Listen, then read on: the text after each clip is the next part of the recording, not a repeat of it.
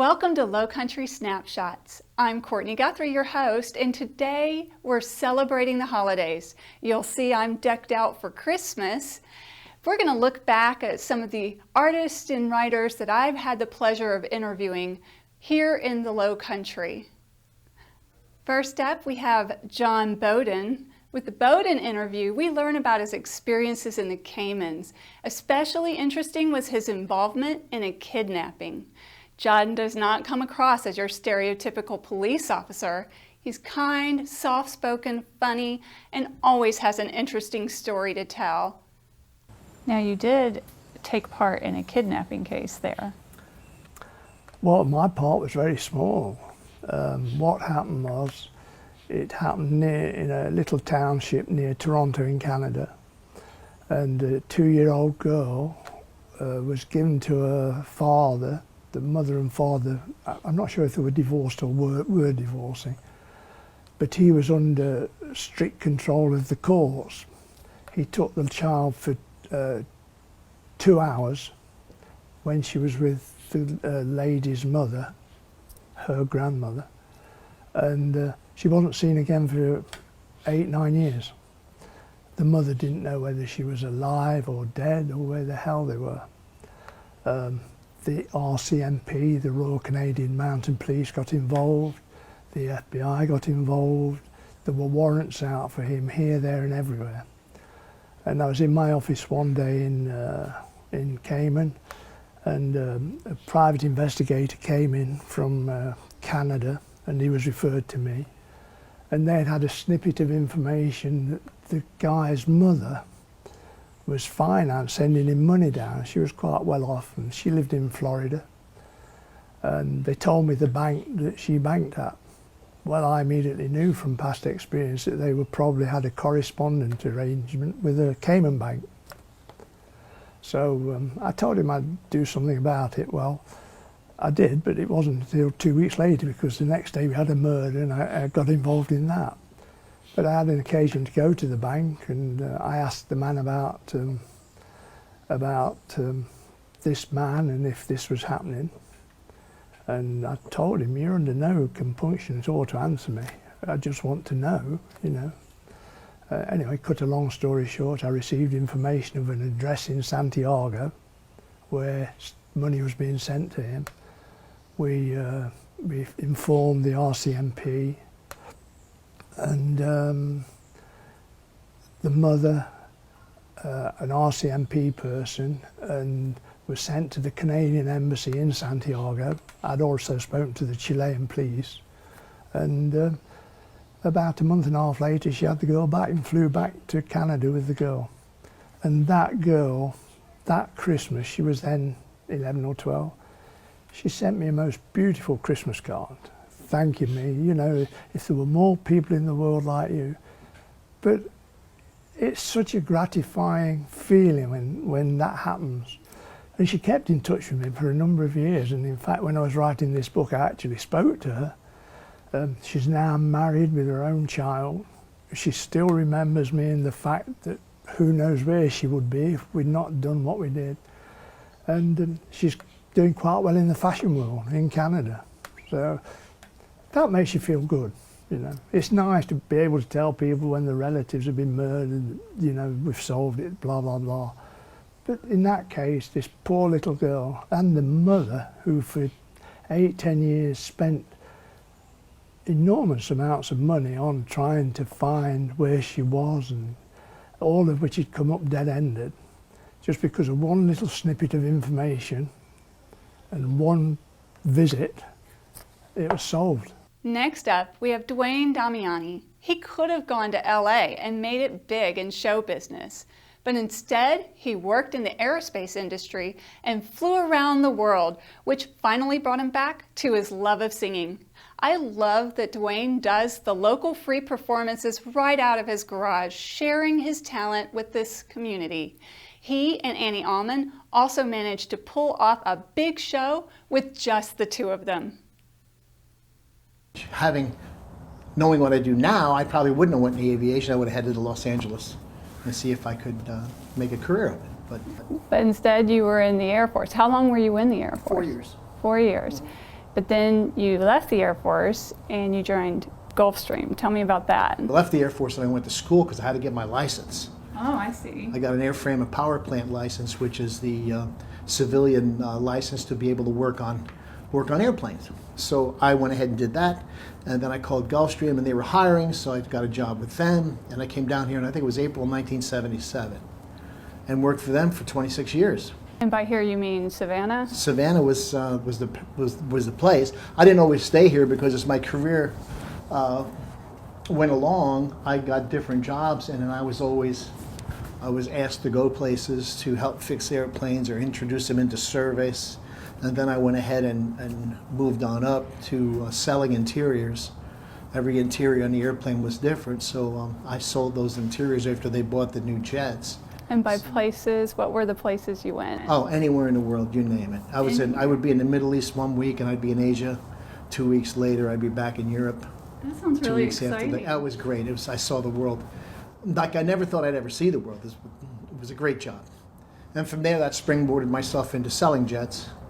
And for the last 13 to 26 years, I sold their jets and was based in Singapore for the bulk of that time, and came back here in 99, 2000, and I was in the Midwest in Cleveland and finished my career selling jets out of the Cleveland office. And during all this travel, that's when you started singing in front of people. Yeah, because I had more free time for myself, and you get older, so all my hobbies kind of dwindled. And I played softball, but that was only seasonal. And I played golf, and that was only seasonal, but you could sing all the time. So I set up a gear inside my basement, and then I would go get songs. It was hard then to get songs because there weren't a lot of backing tracks back then. So you ended up putting the song on and then singing over the voice. So you'd have two voices on the song, but it was good practice. And so as time went on, then more and more of those backing tracks became available. And then I found out that they had these karaoke contests. So I saw that in Singapore, so I entered one of those and I won it. And then I went to, as I traveled to my countries, because I had 22 countries and the majority of them had karaoke bars and contests, so I would enter myself in any contest I saw, if I was going to be there for any length of time.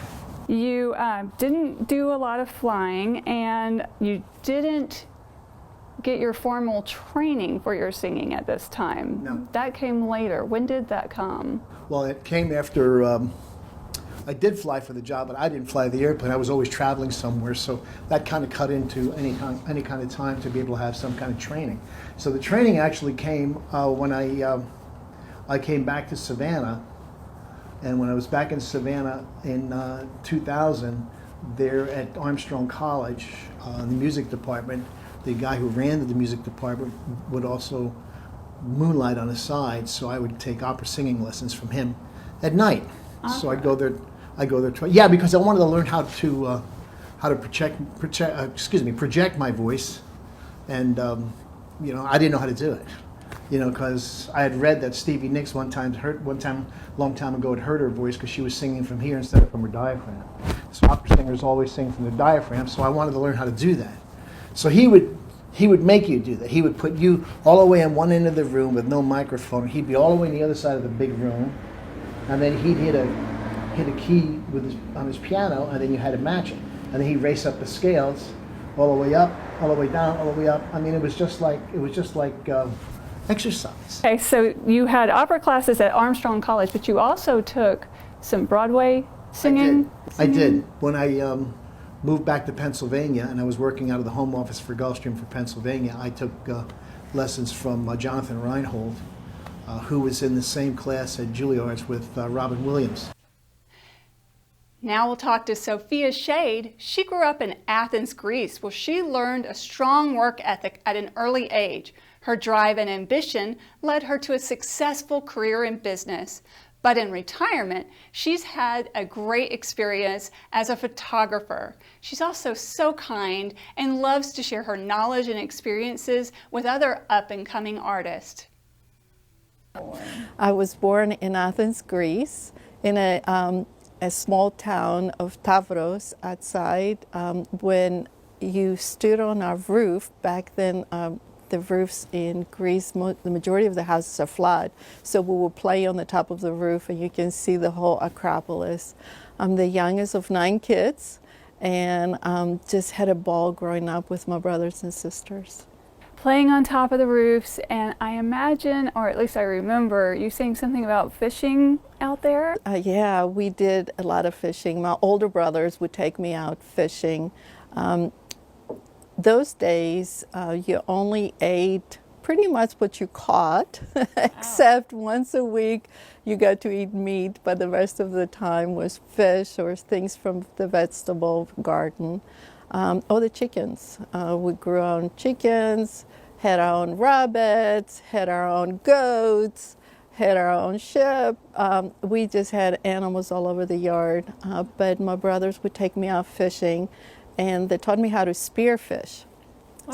So as a young child, I will dive and spear fish, and we catch all kinds of red grouper, octopus, clams, all kinds of stuff. Oh, that sounds so much fun. But then you came to the United States. How old were you?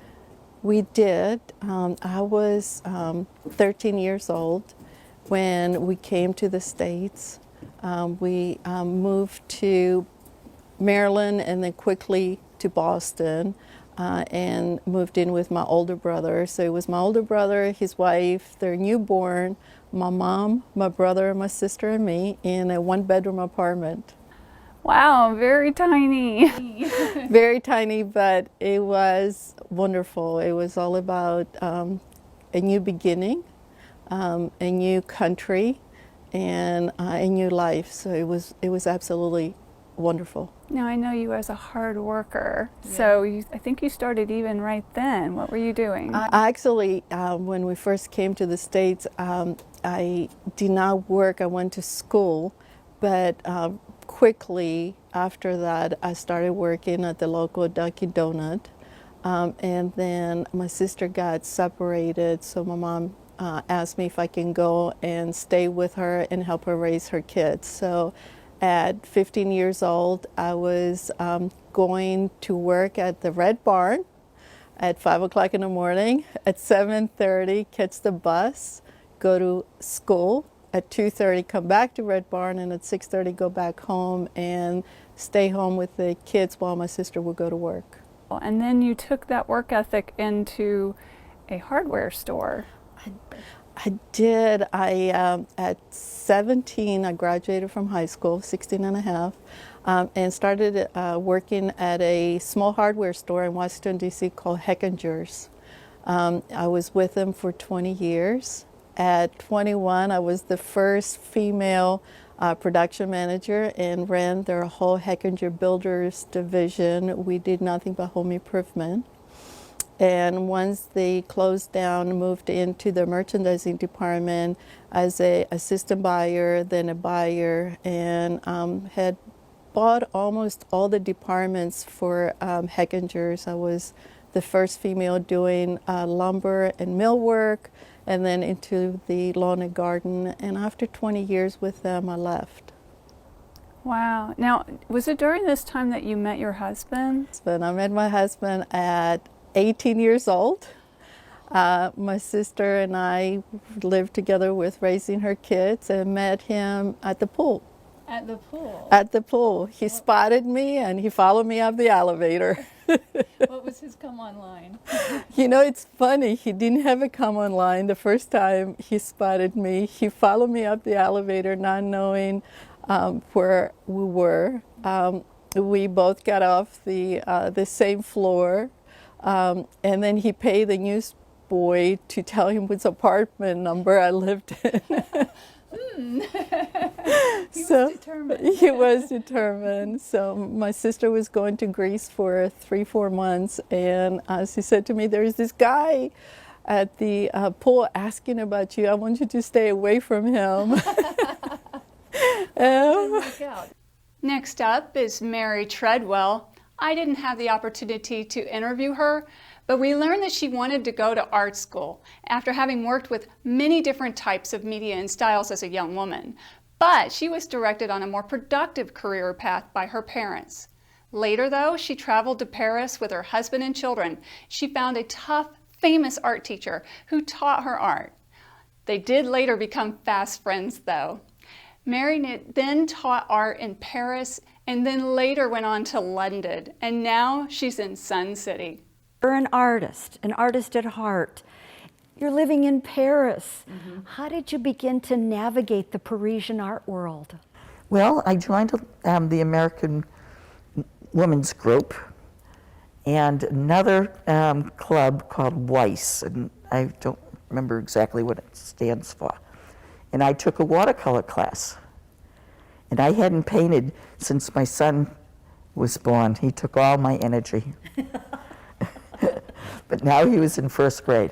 So, and I took this watercolor class. I said, gee, darn, I know more than she does, and I haven't painted in a long time. So I mentioned that to my landlord, Eugenie Anglaise. And she was American, married to a retired French ambassador, and also the curator for Blinencourt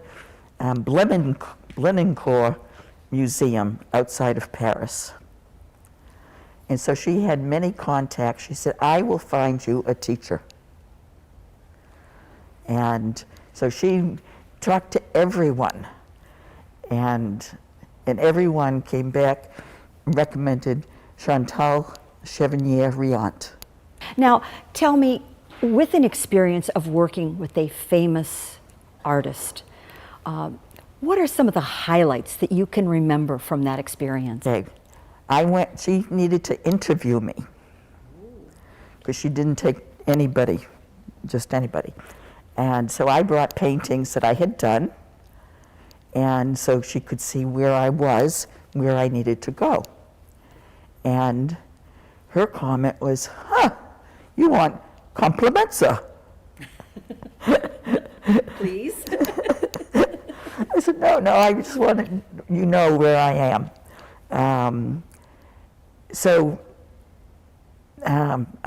I remember I had to sign up for 10 classes because she felt that I couldn't learn anything in less than that. And 10 classes turned into another 10 and another 10, and it was weekly. And I learned so much from her, more about her discussions. What is art? I'd show her something. Interesting anecdote. It was like, okay. Or pretty decoration. That hurts. That hurt. So I learned a lot with just things like that. She also owned a chateau with her family, with her brothers and sisters, and it was Tanlay, Chateau Tanlay, that was in the Chablis area. And she invited me out. We became very good friends. And she invited me there for a week to paint with another American artist. And it was like a dream come true. You got up in the morning and you had a baguette and some Nutella or cheese. And then you went out and painted till about 2. And then came back for a big lunch. And then it was siesta time. And then we went back outside and painted from like 4 to 7. And then came back and had a light dinner. And then an after dinner drink. And then went to bed. And then did it again day after day. Next up is Lee Smith. She was one of my first interviews where I sported my Jackie O sunglasses. We learned about Lee Smith and how she moved from Beaufort, South Carolina to Harlem and became a musician. Lee is beautiful and talented and is such a great asset to the community, and she's always so willing to share her talent and her smile. Welcome to Lowcountry Snapshots. I'm Courtenay Guthrie, guest hosting for Marjorie Bruiser, who's taking a little bit of a vacation. We look forward to her coming back, but until then, I'm super excited to be here because I get to interview my neighbor and piano player, Lee Smith. Many here know Lee from Music in the Park, but few know her history. Thank you so much for being with me today. Thank you so much for coming on to our show.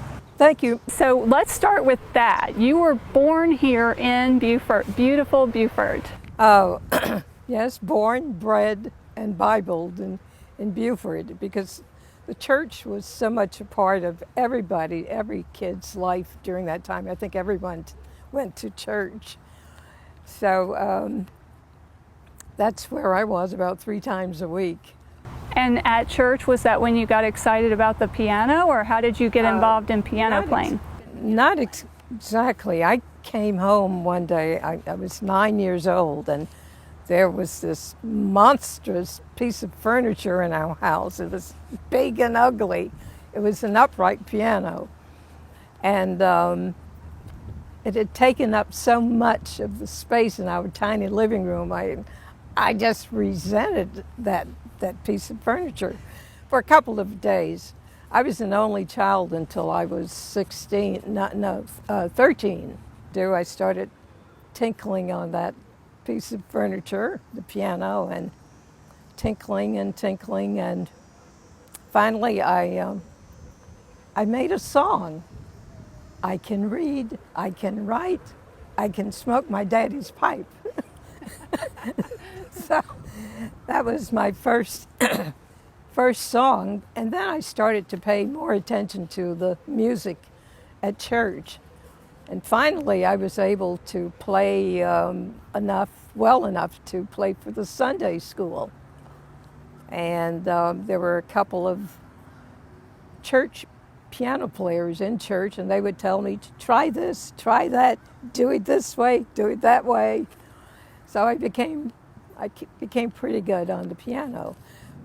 But it was school where I really got into music. I went to a 1-12 school, grades 1 to 12. We were all in the same building. Probably 200 or more students in the same building. And our principal required everyone to play a musical instrument. Well, except if you were an athlete, you were exempt. So I chose to play the clarinet. And later on, I played the oboe in the concert band. But you can't play march music by ear. You can't play John Philip Sousa music by ear, because the clarinet part is different from the trumpet part, it's different from the trombone part. So it was a great blessing that I learned how to read music in school.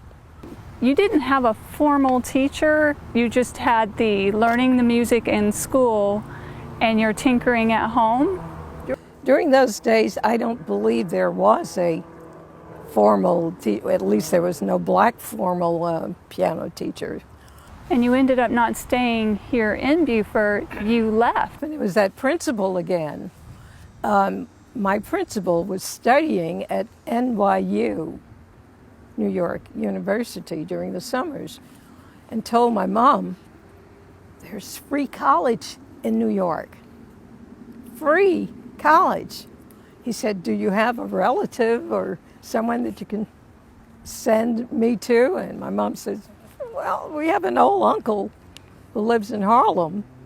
And he says, well, work on that. So that's why I left Beaufort to go to New York for free college. So New York, that must have been a big change from the atmosphere here in Beaufort. What was that like? Big change, because my uncle lived in a rooming house. So having to go up to the 4th floor. Thanks for watching. I hope you have a wonderful holiday season with your family, and I hope you enjoyed the look back at some of the celebrity artists that we have right here in Sun City. Now I'm begging. I'm actually begging. If you have an interesting story, you've had a remarkable life, or you know someone who meets that description, I would love to talk to you. Your stories are what make this show great. And I'm certainly not going to interview myself. So please email us with a name and contact info, and who knows, you might be the next star of Lowcountry Snapshots.